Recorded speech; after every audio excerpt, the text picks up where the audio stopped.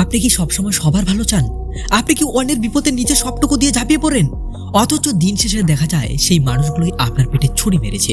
আপনি হয়তো ভাবছেন, আমি তো কারো ক্ষতি করিনি, তবে আমার সাথে কেন এমন হয়? আচার্য চাণক্য আজ থেকে 2500 বছর আগে এর উত্তর দিয়ে গেছেন। তিনি এমন এক ভয়ঙ্কর সত্যের কথা বলেছেন যা শুনলে আপনার বুক কেঁপে উঠবে, কিন্তু এটাই এই দ্রুত পৃথিবীর চরম বাস্তবতা। চাণক্য আমাদের নিষ্ঠুর হতে বলেনি, তিনি আমাদের সতর্ক হতে বলেছেন। আপনার ভিতরে সবটুকু সরলতা যদি জগৎ জেনে ফেলে, তবে আপনাকে আঘাত করা তাদের জন্য জলভাত হয়ে দাঁড়াবে। অতিরিক্ত সরল মানুষের সবচেয়ে বড় সমস্যা হলো তারা সবাইকে নিজের মতো মনে করে। তারা খুব দ্রুত মানুষকে বিশ্বাস করে ফেলে। চাণক্য সতর্ক করে বলেছেন, অতিরিক্ত বিশ্বাসই বিনাশের মূল কারণ। সরল মানুষরা তাদের হৃদয় দরজা সবার জন্য খোলা রাখে, আর ধূর্তরা সেই দরজা দিয়েই ঢুকে লন্ডভন্ড করে দিয়ে যায়। সরলতা একটি মহৎ গুণ, কিন্তু তা যেন আপনার বোকামিতে পরিণত না হয়। এই পৃথিবীতে টিকে থাকতে হলে আপনাকে বাইরে থেকে শক্ত এবং ভিতর থেকে জ্ঞানী হতে হবে।